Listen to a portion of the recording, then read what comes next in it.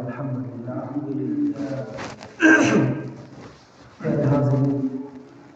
আজ শাবান মাসের 24 তারিখ, আর হয়তো 5-6 দিন পর থেকেই রমজান শুরু হয়ে যাবে, সিয়াম সাধনা।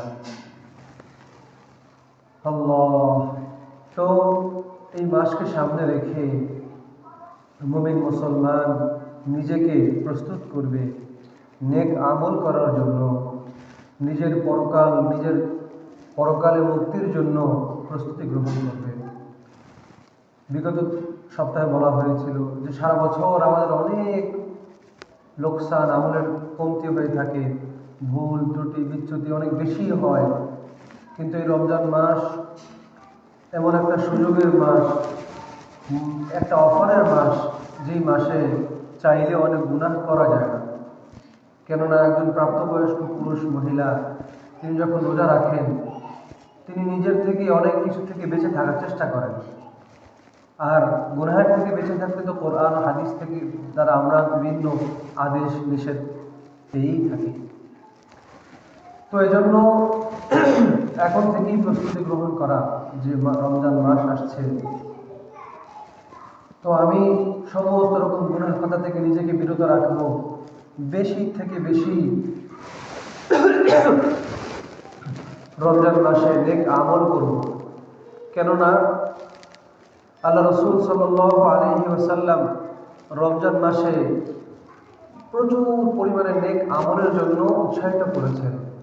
হাদিসে পাকের মধ্যে বিভিন্ন সুসংবাদ প্রদান করা হয়েছে, বিভিন্ন লোভনীয় আকর্ষণীয় কথা, এমন কথা যেগুলো মান্য করলে সওয়াব আর সওয়াব, ফায়দা আর ফায়দা, সেগুলোর প্রতি আমরা খুবই আগ্রহী হব, সেই দিকে ঝুঁকে পড়ব। যেমন হযরত সালমান ফারসি রাদিয়াল্লাহু আনহু থেকে একটা হাদিস বর্ণিত আছে, তিনি বলেন, খতাবানা রাসূলুল্লাহ সাল্লাল্লাহু আলাইহি ওয়াসাল্লাম ফি আখির ইয়াউমিন মিন শাবান। হযরত সালমান ফারসি রাদিয়াল্লাহু আনহু ইরশাদ করেন যে নবী সাল্লাল্লাহু আলাইহি ওয়াসাল্লাম এই যে শাবান মাস চলছে এখন, এই শাবান মাসের শেষ দিনে আমাদেরকে কিছু নসিহত করেন, আমাদের সামনে আলোচনা পেশ করেন। ফাকালা ইয়া আইয়ুহান নাস ক্বাদ আযাল্লাকুম শাহরুন আযীমুন মুবারাক। নবী সাল্লাল্লাহু আলাইহি ওয়াসাল্লাম বলেন, হে মানুষরা, শোনো, তোমাদের নিকট এমন একটি মাস আসছে যেটা বরকতময়, মহান একটা মাস তোমাদের সামনে আসছে। শাহরুন ফীহি লাইলাতুন খায়রুম মিন আলফি শাহরিন, যে মাসের মধ্যে একটি রাত আছে যেটা খায়রুম মিন আলফি শাহর, হাজারো মাস থেকে উত্তম একটি রাত, অর্থাৎ লাইলাতুল কদর, কদরের রাত্রি। যেই রাতের ব্যাপারে সূরাতুল কদর একটা সূরা নাযিল হয়েছে। তো এরপর বলা হয়েছে, জাআলাল্লাহু সিয়ামাহু ফরীদাতান ওয়া কিয়াম লাইলিহি তাতাওয়ান, যে মাসের মধ্যে আল্লাহ তাআলা রোজা রাখাকে ফরজ করেছেন, আর কিয়াম লাইলিহি তাতাওয়ান, এই রাতে তারাবিহ পড়া, এটাকে আল্লাহ তাআলা সওয়াবের কাজ বানিয়েছেন। মান তাকাররাবা ফীহি বিখাসলাতিন মিনাল খায়রি কানা কামান আদ্দা ফরীদাতান ফীমা সিওয়াহু, যে সওয়াবের নিয়তে এই মাসে যদি কেউ কোন নেক আমল করে, নফল আমল করে, কামান আদ্দা ফরীদাতান ফীমা সিওয়াহু, কেমন যেন এই মাসের বাইরে ফরজ আমল করলে যে সওয়াব পাবে, সেই মাসে কি নফল আমল করলে সেই সওয়াব পাবে। সুবহানাল্লাহ।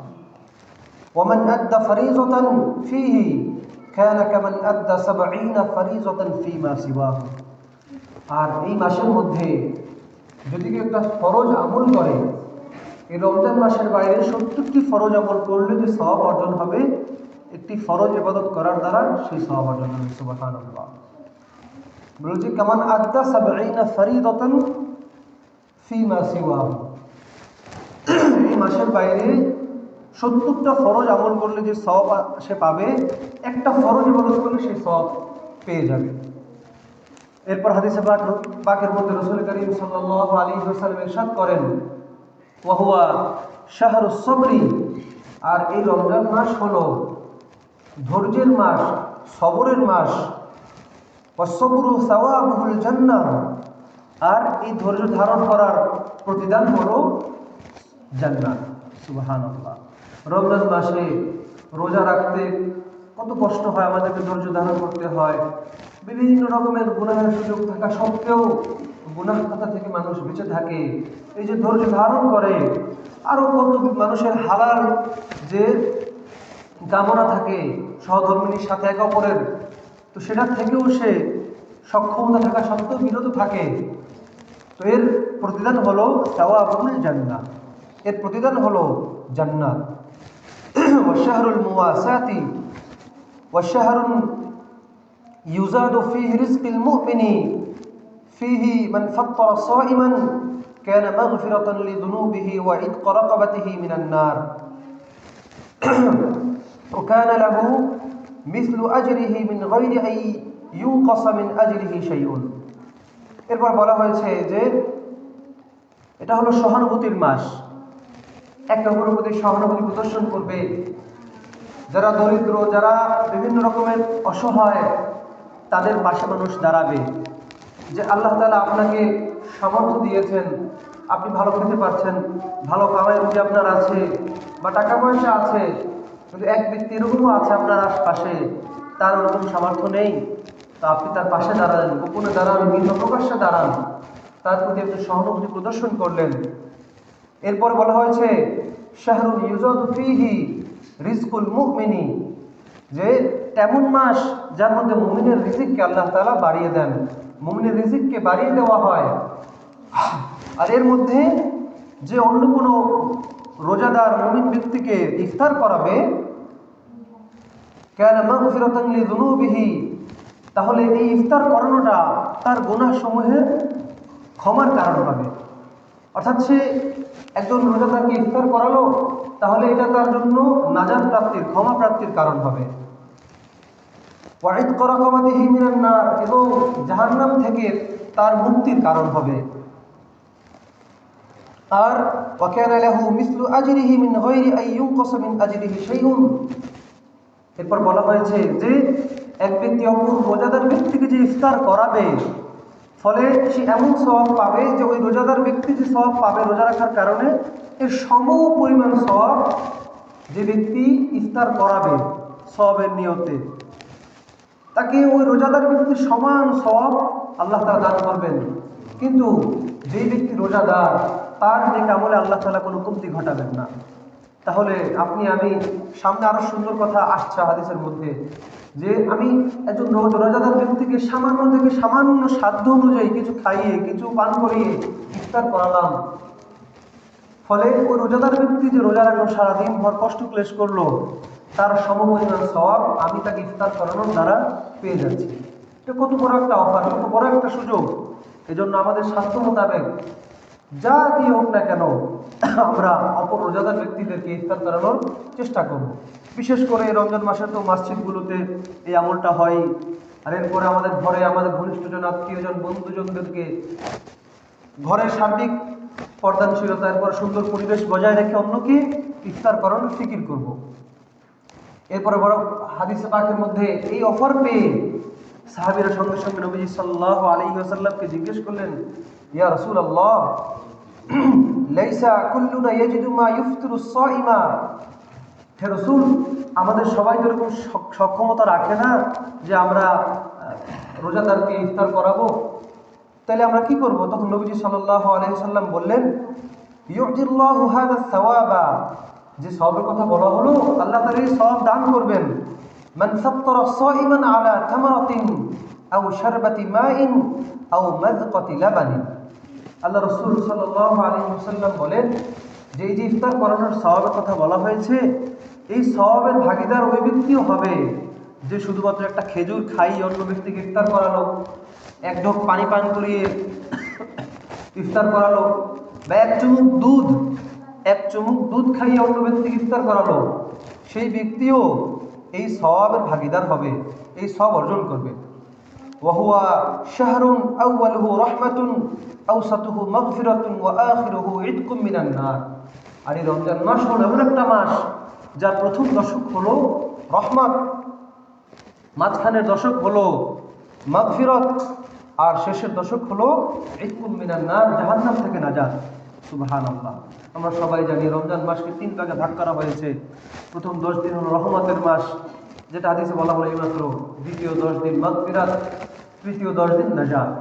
এই জন্য আমরা এই ফজিলত, এই ফায়দা, এই যে আল্লাহ রাসূল সাল্লাল্লাহু আলাইহি ওয়াসাল্লামের জবান দ্বারা সুসংবাদ, এটা পাওয়ার জন্য যা করণীয় সেই দিকে আমরা খুব আগ্রহী হব, খুব ব্রতী হব।